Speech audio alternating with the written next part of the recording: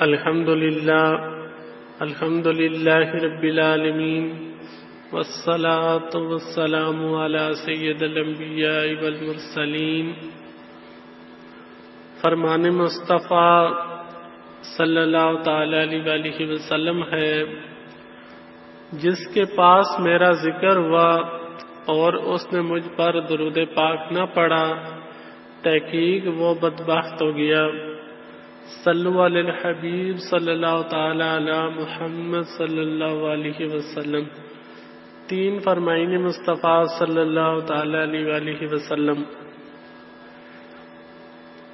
ہمیں بھی قبرستان جا کر مسلمانوں کی قبروں کی زیارت کرنی چاہیے کہ یہ سنت باعث یاد آخرت ہے اور اپنے لیے ذریعہ مغفرت اور اہل قبور کے لیے سبب منافعت ہے۔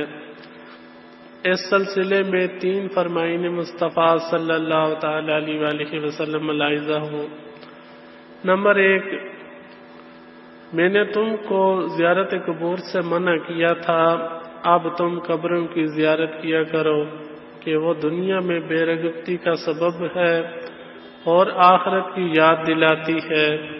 یہ حدیث ابن ماجہ شریف میں ہے۔ نمبر 2، جب کوئی شخص ایسی قبر پر گزرے جسے دنیا میں جانتا تھا اور اس پر سلام کرے تو وہ مردہ اسے پہچانتا اور اس کے سلام کا جواب دیتا ہے۔ یہ حدیث تاریخ بغداد میں ہے۔ جو اپنے والدین دونوں یا ایک کی قبر کی ہر جمعے کے دن زیارت کرے گا، اس کی مغفرت ہو جائے گی اور وہ نیکوکاروں میں لکھا جائے گا۔ یہ حدیث پاک شعب الایمان میں ہے۔ فاروق اعظم رضی اللہ تعالیٰ عنہ کی قبر والوں سے گفتگو۔ امیر المومنین حضرت سیدنا عمر فاروق اعظم رضی اللہ تعالیٰ عنہ کی ایک قبرستان سے گزرے تو کہا، السلام علیکم یا اہل القبور، یعنی اے قبر والو تم پر سلامتی ہو۔ نئی خبریں یہ ہیں کہ تمہاری عورتوں نے نئی شادیاں کر لی ہیں اور تمہارے گھروں میں دوسرے لوگ آباد ہو گئے ہیں اور تمہارے مال تقسیم ہو چکے ہیں۔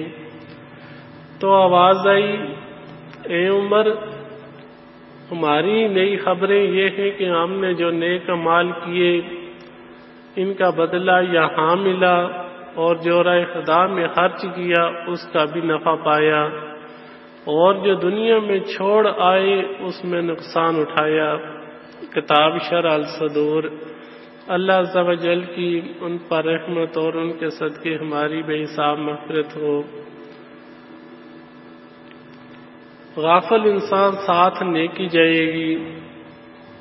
امیر المومنین حضرت سیدنا عمر فاروق اعظم رضی اللہ تعالیٰ عنہ کی بھی کیا شان ہے۔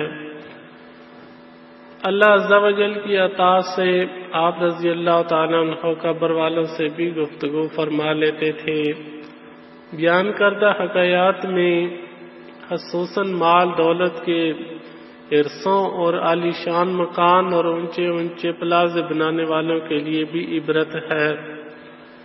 انسان دنیا کے جس مکان کو نہایت ہی مضبوط مستحکم بناتا اور آمادہ سے آمادہ انداز میں سجاتا ہے، وہ اس کے پاس ہمیشہ نہیں رہتا، بلا آخر دوسرے لوگ اس کے اندر آباد ہو جاتے ہیں اور اس کی خون پسینے کی کمائی اور جمع شدہ پونجی اور بینک بیلنس اور دوسرے ہی لوگ اس پر قبضہ جما لیتے ہیں۔ ہاں، مرنے کے بعد صرف وہی مال کام آتا ہے جو راہ خدا میں خرچ کیا گیا ہو۔ سورہ دخان پارہ نمبر 5 آیت نمبر 25 تا 29 میں ارشاد ربانی ہے، کتنے چھوڑ گئے باغ اور چشمے اور کھیت اور آمادہ مکانات اور نعمتیں جن میں فارغ البال تھے، ہم نے یوں ہی کیا اور ان کا وارث دوسری قوم کو کر دیا تو ان پر آسمان اور زمین نہ روئے اور انہیں مہلت نہ دی گئی۔ دولت دنیا یہاں رہ جائے گی، غافل انسان ساتھ نیکی آئے گی۔ قبرستان میں اسلام کا طریقہ، جب بھی قبرستان کی حاضری کا موقع ملے اس طرح کھڑے ہوں کہ قبلے کی طرف پیٹھ اور قبر والوں کے چہروں کی طرف منہ ہو۔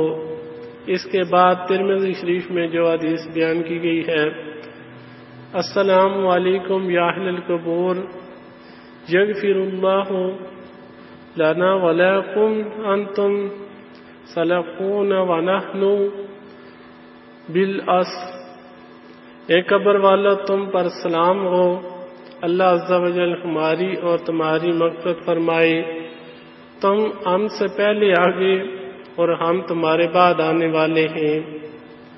ترمذی شریف۔